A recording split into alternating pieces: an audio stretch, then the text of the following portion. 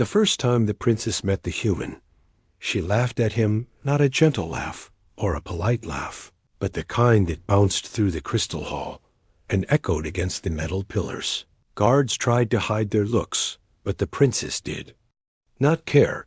She stood tall in her gleaming armor and pointed at him with a careless wave of her hand. Dane stood there silently. His boots were dusty from the long journey through the frozen rings that surrounded the palace, and his jacket carried marks from the storms he had crossed. He was the only human summoned to this world, because no other wanted to take the risk. Humans were considered harmless by this empire, and some even described them as creatures to be pitied. The princess had read all the reports. She believed every word. He looked small, she said, while not bothering to lower her voice. She circled him with a slow stride. His steps looked weak, and his eyes looked soft. Father should not rely on such a creature. Dane did not respond. He understood his place here. Humanity was new to the galactic stage. They had arrived late and arrived poorly. No grand fleets, no shimmering armor, no ancient power, just intelligence, stubborn endurance, and an ability to adapt faster than the stronger species expected. The emperor stepped forward. His voice filled the hall. Princes will learn something today. He said no more, because he wanted her to learn it herself. Dane followed the princess through long corridors of cracked stone and humming metal. Her planet was beautiful, but wounded. A swarm of energy parasites had passed through this region of space months earlier and left behind pockets of corrosive anomalies that damaged anything they touched. The Empire tried many solutions, but nothing worked now. The same anomalies reached the palace walls. The Emperor needed help. He needed someone with a mind that approached problems from an angle the Empire did not consider. He needed a human. The princess walked ahead without looking back. She did not want conversation. She did not want to show courtesy. She wanted to make it clear that she saw nothing special in him. They reached the damaged core chamber. A giant sphere of unstable energy pulsed in the center. Strange threads of light crawled along the floor and walls. Empire's engineers kept a safe distance, because any wrong move could release a burst that might tear part of the structure apart. This is the problem, she said. If you can fix it, then I might change my opinion. She expected him to freeze, expected him to tremble. She expected him to fail. Dane stepped forward. He studied the sphere carefully. He crouched beside the console and gently touched the metallic surface. He listened to the faint vibrations. He watched how the light reacted to the movement of the air. He whispered calculations under his breath. He worked with a calm focus that confused her. Why are you not afraid? She said. This core could explode in your face. Dane lifted his head. Fear does not fix anything, he said. Understanding does. She had no response. Her lips tightened, but she said nothing.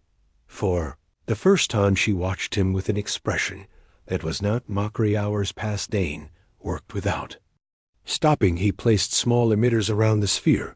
He adjusted cables with slow precision. He rewired a section the engineers believed impossible to touch. He explained his reasoning while doing. Ive spoke gently. He never raised his voice. He never bragged. The princess found her arms crossing without thinking. She tried to hold her earlier opinion, but the more he worked, the more it slipped from her grasp. By the time Dane stabilized the core, the chamber lights softened, and the air no longer trembled with danger. The engineers looked at each other in disbelief. Princess stared at the sphere, and then at him. How did you do that? She asked. Her voice held no arrogance now. He wiped dust from his hands. Learn to fix things early, he said. Humans break a lot of things. We also survive by repairing them. The Emperor later praised Dane's success, but the princess remained strangely quiet. Her silence was not disrespect, but something like thoughtfulness. She watched him closely as he walked through the hall after the meeting. She felt something unfamiliar, confusion, curiosity, maybe something softer. The next morning she appeared at his guest chamber. She knocked once and entered without waiting. She told herself she wanted to know more about what he did. with the core, but when she saw him sitting on the small balcony drinking warm tea, she hesitated longer than expected. "May I join you?" she asked. He nodded and slid a cup toward Hirsch, sat opposite him. Her armor gleamed in the light for the first time. She did not look superior. She looked like someone trying to understand a new piece of a puzzle. "Why do humans act that way?" she asked. "How can you be calm when you are small compared to others? Do you face things that should overwhelm you?" Dane shrugged. "We focus on what we can control," he said, "not on what others think about us." She stared at him. Her eyes lingered on his hands. She remembered how steady they were while working with the unstable energy her thoughts tangled with themselves. She did not like feeling unsure, but she did not turn away. Days passed. The anomalies across the planet worsened. More cores destabilized, more structures failed. Empire's strongest warriors could not approach the corrupted zones without suffering damage. Dane stepped forward each time he entered dangerous chambers. He carried tools instead of weapons, studied patterns that no one else considered. He solved what others declared impossible. The princess followed him. At first she went because she wanted to understand how he worked. Soon she went because she wanted to be near him. She told herself it was because she needed to keep an eye on him. She told herself it was because a princess should oversee important tasks. But each day she found herself watching the way he moved, the way he breathed with steady patience, the way he spoke in calm tones, even when alarms echoed around them. She started bringing him meals when he forgot to eat. She started waiting for him outside each chamber. She started asking him questions that had nothing to do with science. What do humans do for fun? What is your home like? Do you miss it? Do you miss your people? Do you feel alone here? Dane answered each question with the same gentle calm. He told her about warm markets. He told her about small gardens that grew between houses. He told her about quiet mornings. He told her about storms humans enjoyed watching from behind strong windows. Told her that being among her people did not make him feel alone. He meant it sincerely. She felt her chest tighten each time he spoke that way. One night, an alert shook the palace. A massive anomaly bloomed on the far side of the capital. It devoured structures and destabilized the energy grid. The emperor summoned his commanders, but none could approach the zone without being burned by the radiation threads. Dane stepped forward. "I can try," he said. His voice did not tremble. The princess snapped toward him. She clenched her hands at her sides. "You could die," she said. He met her eyes. "Someone has to." "Stop it." She felt something crash inside her chest. She did not understand what it was at first. Then she realized fear for him. Not fear of the anomaly, not fear of failure, fear of losing him. "I am coming with you," she said. He shook his head. "It is not safe." She stepped closer. "I do not care."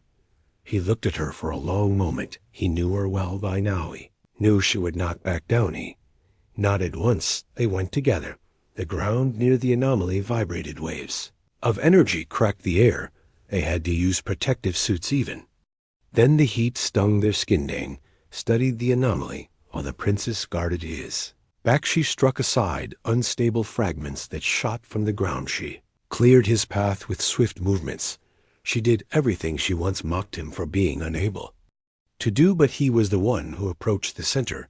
He placed the stabilizers. He rerouted the grid. He used calculations that even the Empire's top scientists could not decipher. The final step required someone to enter the core ring and activate the override manually. The radiation was too strong. The palace alarms warned that no one could survive more than a minute inside. Dane stepped forward. "We'll go," he said. The princess grabbed his arm. "You will know." Met her gaze. "You cannot lose your people. This is your world. You are needed here." She shook her head. Her voice cracked. "We need you, To. We need you." For the first time she said it without hesitation. Her words trembled, but they were true. Dane held her hand. His calm eyes soft. "I will come back," he said. "I promise." He entered the core ring. The heat tore at his suit. The pressure made his lungs ache, his vision blurred. He pushed through Hive. Reached the console, he activated the override light, burst outward.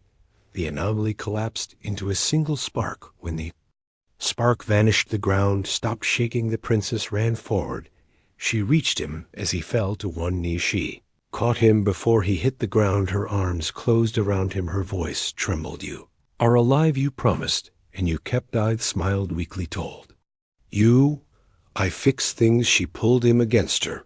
For the first time, she did not stand taller than him. For the first time, she did not mock him. For the first time, she let her guard fall. From that day, her people spoke differently about humans. From that day, the princess stayed by his side. She visited him during recovery. She brought him food. She learned his methods. She trusted his judgment. She relied on him more than she ever expected to rely on anyone. Empire healed, the anomalies faded, but the princess remained close to him. She no longer saw him as small. She no longer saw him as weak. She no longer saw any creature as harmless. When courage shaped its heart, she saw him as someone her world needed, someone she needed, someone she could not survive without. Dane, simple human from a distant world, became the one the alien princess held closer than anything she had ever guarded.